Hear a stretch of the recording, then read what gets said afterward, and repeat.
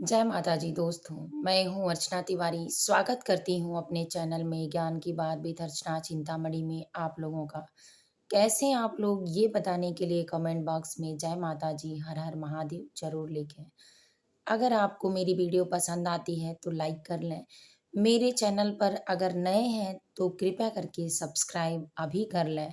आने वाली हर नई नोटिफिकेशन आपको पहले प्राप्त होगी।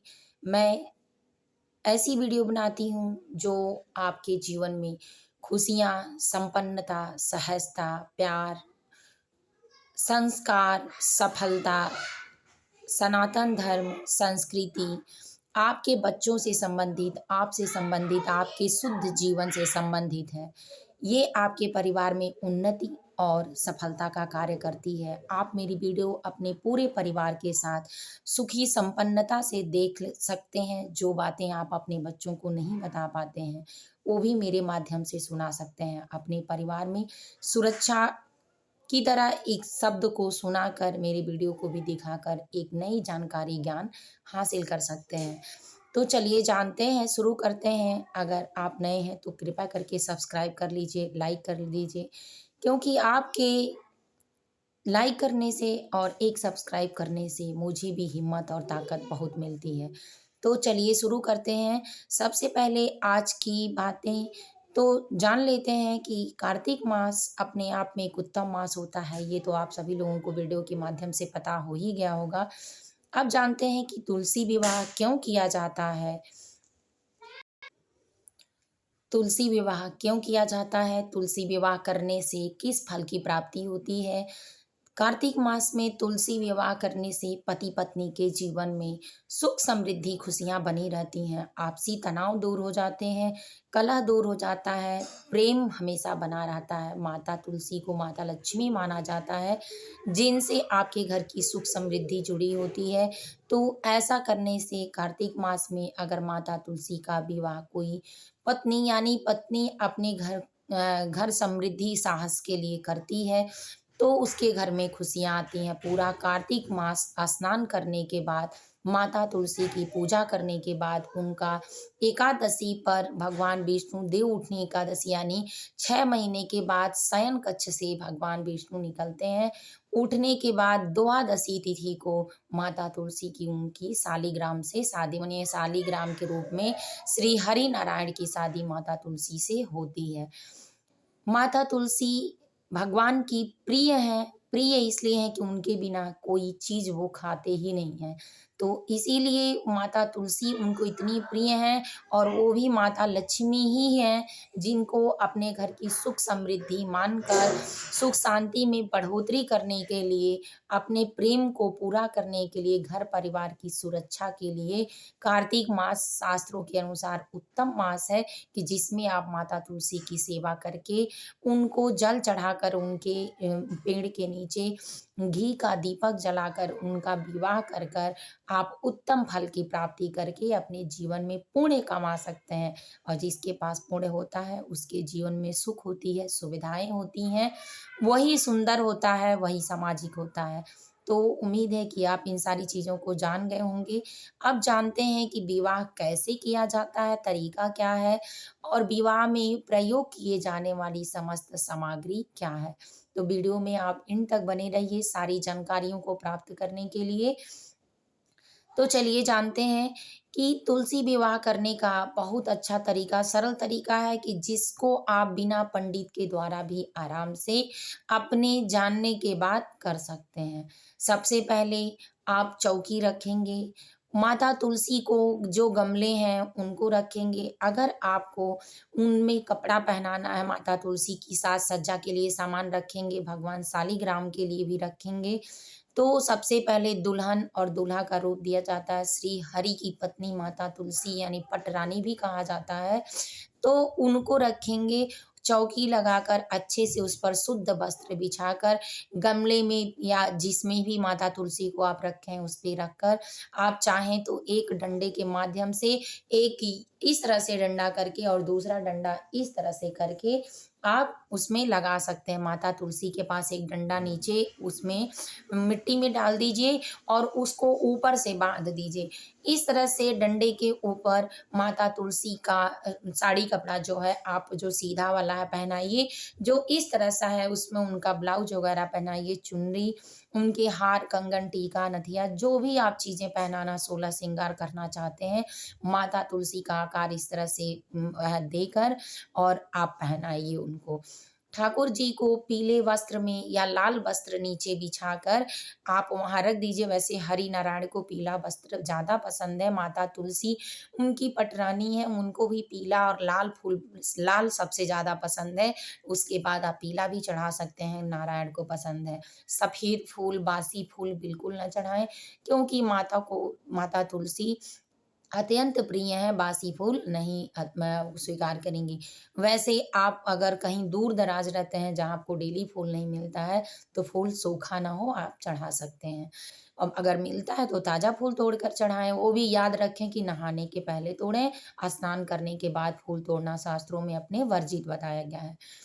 तो आप ऐसे करके उनको वस्त्र पहनाएँ, गंगा जल से वस्त्र पहनाने के बाद भावुक स्नान कराएँ, जिससे सारी चीज़ें उनकी पवित्र हो जाएँगी।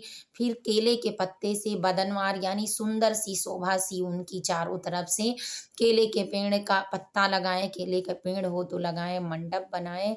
माता तुलसी के पास घी का 11 दीपक जलाएँ, अगर नहीं हो सकता है तो एक दीपक में सफ़ेद और लाल बाती का 11 बाती का बनाकर एक ही दीपक में डालकर लगा दें। वो भी आपका 11 दीपक के बराबर हो जाएगा।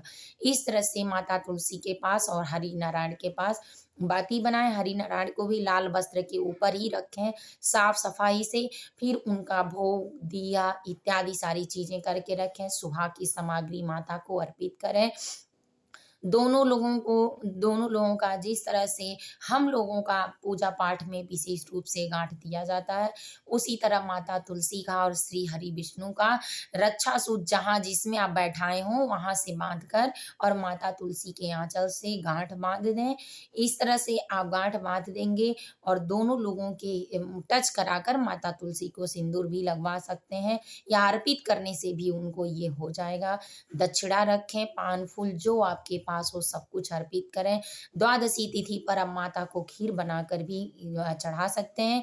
याद रखें एकादशी के दिन शादी करना अच्छा भी नहीं होता है और खीर भी चढ़ाना ज़्यादा अच्छा नहीं। एकादशी पे तो मतलब चावल चढ़ाया ही नहीं जाता है।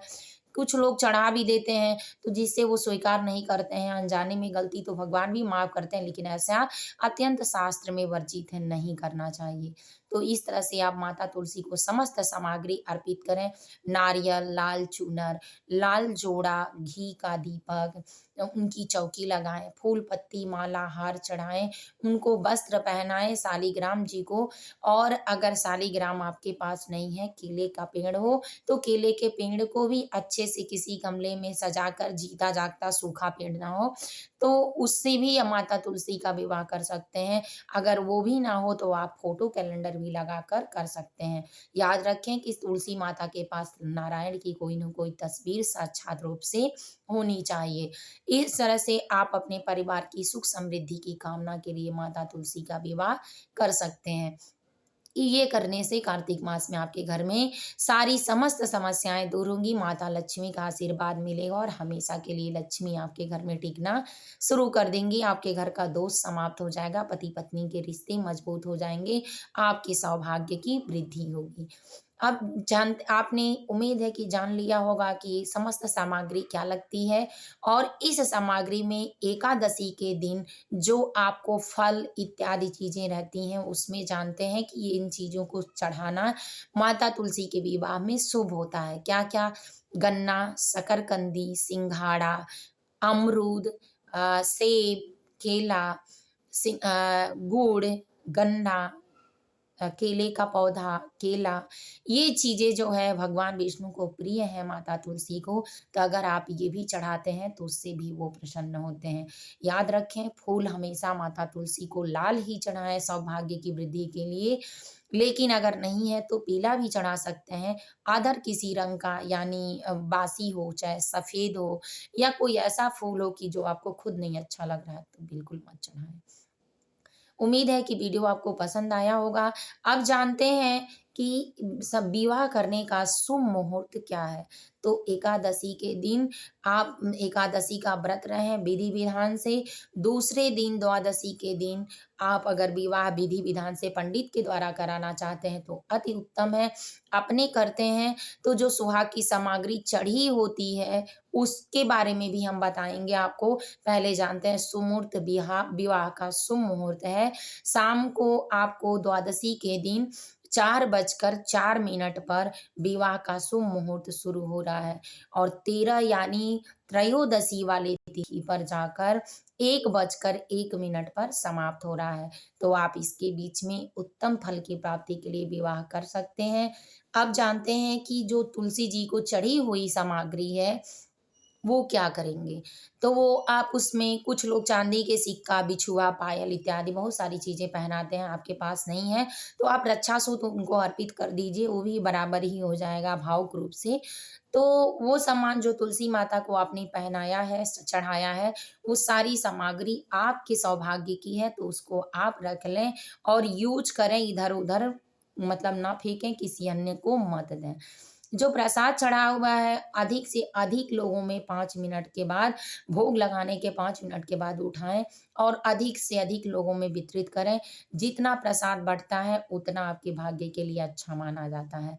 तो ऐसा करें और जो सारी समस्त खाने-पीने की चीज़ें हैं, जैसे सीधा आपने निकाली है, तो वो सीधा और जो आपने दक्षिणा के रूप में भगवान को अर्पित किया है, वो किसी ब्राह्मणी को या ब्राह्मण को जो सुयोग्य रूप से देने वाले हों और खाने वाले हों, उनको दे दें। कुछ गौ माता को भी खिला दें, कुत्तों को, चिड़ियों को, पंछियों को खिलाकर इस तरह से पुण्य की प्राप्ति कर सकते हैं।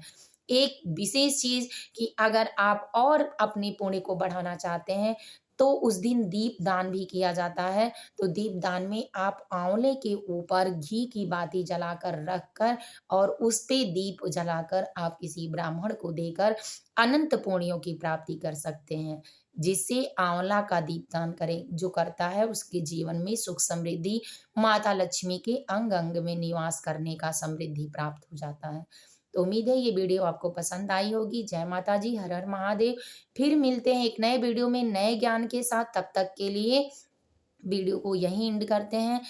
कृपया करके लाइक, सब्सक्राइब, शेयर करना बिल्कुल ना भूलें। जय माता दी।